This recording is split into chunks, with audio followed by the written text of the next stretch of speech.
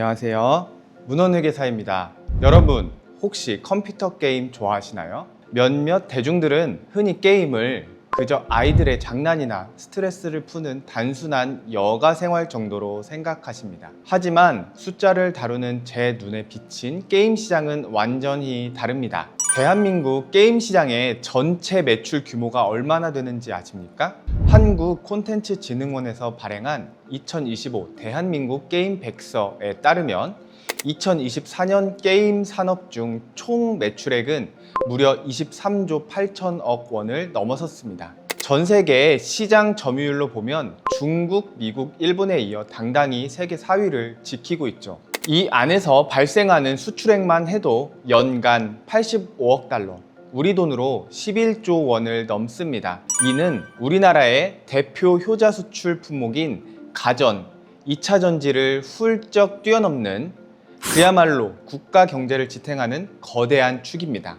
재무제표와 비즈니스의 구조를 뜯어보는 제 시각에서 우리가 무심코 플레이하는 이 대규모 온라인 게임, 즉 MMORPG 세계는 단순히 픽셀 쪼가리를 사고 파는 곳이 아닙니다. 현실의 거시 경제와 고도화된 회계 시스템이 완벽하게 구현된 초거대 가상 경제 플랫폼에 가깝습니다. 그래서 오늘은 대한민국 게임 산업의 이 거대한 가상 경제를 가장 잘 보여주는 두 가지 상징적인 게임, 바로 넥슨의 메이플 스토리와 NC소프트의 리니지를 예로 들어보려 합니다.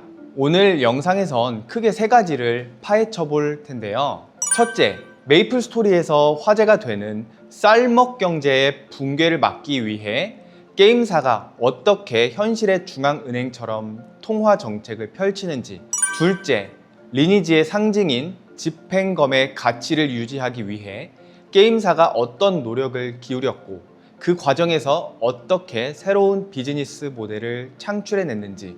그리고 마지막으로 여러분이 오늘 결제한 게임 아이템 10만 원이 회사의 장부에 바로 매출로 찍히는지 여부까지 회계사의 시선으로 낱낱이 분석해 드리겠습니다. 영상을 끝까지 보시면 여러분의 컴퓨터에 설치된 게임이 얼마나 치밀한 재무적 설계 위에서 돌아가고 있는지 완벽하게 통찰하실 수 있을 겁니다. 먼저 메이플 스토리 같은 MMORPG 게임 속으로 들어가 보겠습니다. 이 안에는 현실 세계와 똑같이 거대한 경제 생태계가 돌아가고 있습니다. 여기서 아주 재미있는 집단이 등장하죠. 바로 쌀먹입니다. 쌀먹이란 게임 아이템을 팔아서 현실 세계에 쌀을 사먹는다는 뜻의 은어입니다. 단순히 오락을 넘어 시간을 들여 사냥하고 채집한 게임 내 재화를 현금으로 거래해 용돈벌이나 생계를 유지하는 유저들을 말하죠. 경제학적인 관점에서 보면 이들은 게임 생태계의 재화를 꾸준히 공급하는 일종의 소상공인입니다. 시간은 부족하지만 구매력은 있는 이른바 소프트 유저들이 현실의 돈으로 아이템을 사려는 확고한 수요가 있기 때문에 이 쌀먹 유저들이 열심히 매물을 공급해 주어야만 비로소 거래소가 돌아가고 게임 내 경제가 활력을 띠는 구조입니다. 그런데 이 평화로운 생태계를 파괴하는 공장이 있습니다. 바로 작업장입니다. 수십 수백 대의 컴퓨터를 켜놓고 불법 매크로 프로그램을 돌려 24시간 내내 자동 사냥을 돌려 게임 화폐를 무한대로 찍어내는 집단이죠. 현실 경제에 빗대어 볼까요? 한국은행이 갑자기 돈을 헬리콥터로 무한정 뿌리면 어떻게 될까요? 화폐 가치는 휴지 조각이 되고 물가는 폭등하는 초인플레이션이 발생합니다. 게임도 똑같습니다. 작업장이 쏟아낸 엄청난 돈 때문에 화폐 가치가 떨어져 아이템 가격이 폭등하면 평범하게 사냥해서 돈을 버는 일반 유저와 쌀먹 유저들은 상대적 박탈감을 느끼고 게임을 떠나게 됩니다. 가상 경제가 붕괴되는 것이죠. 이때 게임사가 현실의 중앙은행처럼 등장합니다. 게임사는 경제 붕괴를 막기 위해 강력한 통화 정책을 펼칩니다. 작업장 계정을 정지시켜 화폐 공급을 강제로 차단합니다. 그뿐만이 아닙니다. 이미 시중에 너무 많이 풀려버린 화폐를 회수하기 위해 막대한 게임 머니가 소모되는 무기 강화 시스템이나 거래소에 수수료를 도입합니다. 현실에서 양적 긴축을 통해 시중의 유동성을 빨아들이는 것과 유사한 원리입니다. 자, 그렇다면 이렇게 철저하게 통제되는 가상 경제 속에서 게임사들은 도대체 어떻게 돈을 벌까요? NC소프트 리니지의 상징적인 무기 진명왕의 집행검을 예로 들어보겠습니다. 이 검은 십수년 전에도 아무런 강화가 되지 않은 플러스 0 기본 아이템조차 현금 3천만 원에 거래되었습니다. 극악의 확률을 뚫고 플러스 8강 인챈트에 성공한 집행검은 3억 원의 매물이 올라온 적도 있죠. 유저들 사이에서는 집을 팔아야 살 수 있다는 뜻으로 집한검이라는 별명으로도 불렸습니다. 여기서 질문을 하나 하겠습니다. 게임사가 이 3천만 원짜리 집행검 하나를 유저의 인벤토리에 추가로 만들어주는 데 들어가는 원가인 한 개 비용은 얼마일까요? 네, 0원입니다. 이미 돌아가고 있는 서버 안에서 데이터 코드 몇 줄만 추가하면 되니까요. 물론 직원들 월급이랑 서버 전기요금은 공짜냐라고 하실 수 있습니다. 하지만 회계적으로 보면 그런 비용들은 무기를 하나 더 만든다고 해서 추가로 나가는 돈이 아닙니다. 따라서 아이템 하나를 추가로 생산할 때 드는 순수한 원가, 즉 한 개 비용의 관점에서는 0원이 맞습니다. 그런데 오해하시면 안 됩니다. 게임사는 이 집행검을 유저에게 3천만 원을 받고 직접 팔지 않습니다. 그건 유저들끼리의 거래 가격이죠. 그럼 게임사는 장부에 무엇을 수익으로 인식할까요? 바로 이 아이템을 얻기 위한 과정에서 엄청난 비즈니스가 일어납니다. 게임사는 이 집행검의 재료가 떨어질 확률을 소수점 아래 몇 자리까지 내려가는 극악의 확률로 설계하여 철저하게 통제합니다. 또한 재료 자체도 아주 많이 필요하게 설계해 놓습니다. 원재료를 다 모으려면 서버를 장악한 거대 혈맹이 던전 통제를 선언하고 혈맹원들을 교대로 투입해 최소 반년에서 1년 넘게 노가다를 뛰어야 겨우 한 자루 제작이 가능한 수준이죠. 자, 여기서 게임사의 소름 돋는 비즈니스 모델이 진화합니다. 전 서버 최초의 집행검이 등장했던 2007년 무렵만 해도 순수 100% 인간의 노동력만 들어갔습니다. 그런데 유저들이 0원짜리 데이터 쪼가리에 엄청난 가치를 부여하고 시간과 피땀을 갈아넣는 이런 거대한 노가다 생태계가 굳어지자 게임사도 이를 놓치지 않았습니다. 2009년 7월 사냥 효율과 아이템 드롭률 등을 제어할 수 있는 아이나사드의 축복이라는 시스템을 게임에 전격 도입하죠. 그리고 불과 3개월 뒤인 10월 이 축복 수치를 현금으로 즉시 충전할 수 있는 캐시 아이템 이른바 드상이라고 불리는 드래곤의 보물 상자를 판매합니다. 이제 유저들은 극악의 재료를 캐려면 그저 시간만 갈아 넣는 게 아니라 매일 수만 원에서 수십만 원 어치의 드상을 결제해서 드롭률 버프를 꽉 채워야만 합니다. 여기 하나 더 있습니다. 바로 PC방 프리미엄 혜택이죠. PC방에서 게임에 접속할 경우 경험치 획득률과 핵심 아이템 드롭률이 추가로 증가하기 때문에 하드코어 유저들에게 PC방 접속은 선택이 아닌 필수가 됩니다.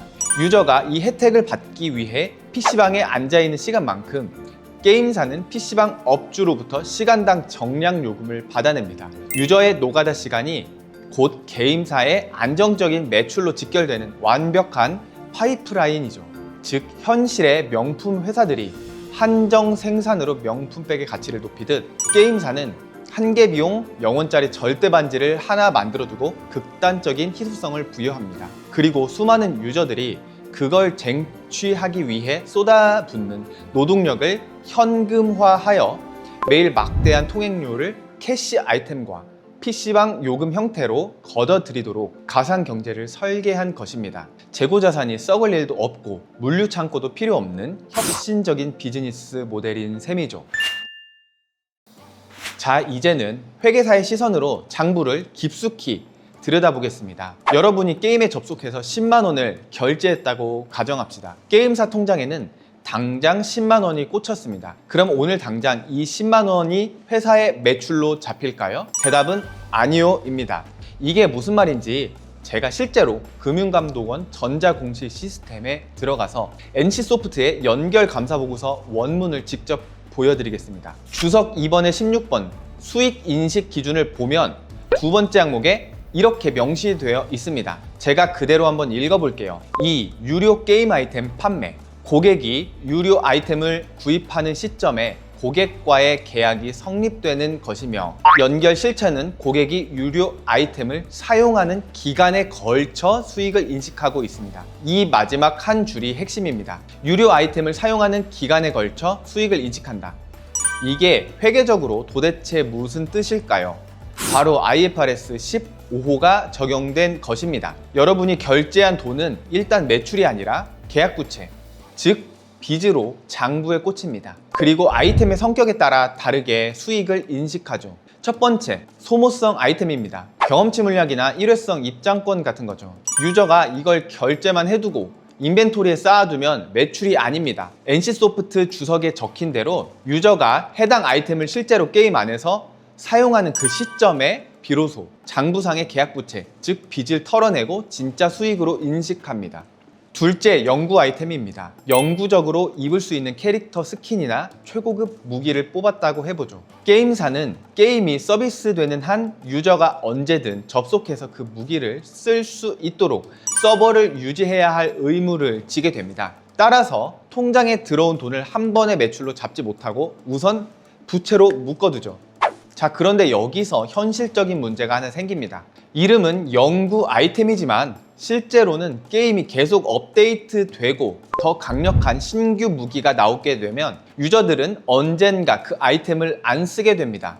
실질적인 사용 기간은 영원하지 않다는 뜻이죠. 그래서 회계에서는 과거 데이터를 바탕으로 이 영구 아이템의 사용 기간을 추정합니다. 예를 들어 유저들의 평균 아이템 소비 주기가 6개월이라고 추정되면 오늘 유저가 60만 원짜리 패키지를 결제했어도 당장 이번 달 매출엔 10만 원만 반영하고 나머지 50만 원은 일단 부채로 묶어둔 뒤 다달이 10만 원씩 쪼개어 수익으로 상각해 나가는 겁니다. 자, 여러분, 이제 조금 다르게 보이시나요?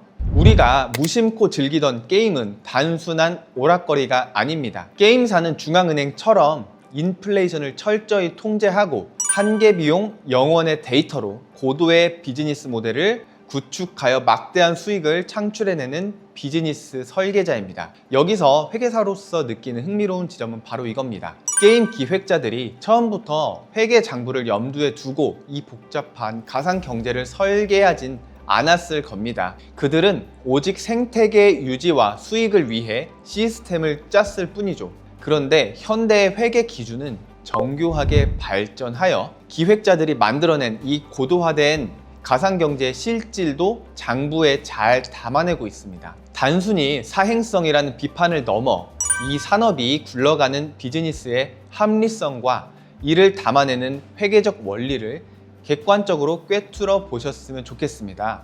오늘 여러분이 결제한 10만 원 뒤에는 가상경제를 유지하려는 기획자들의 치밀한 두뇌 싸움과 이를 장부에 정확히 기록하려는 회계의 원칙이 함께 숨어 있습니다. 다음 시간에도 회계사의 시선에서 바라본 세상을 재미있게 소개해드리겠습니다. 지금까지 문헌회계사였습니다. 감사합니다.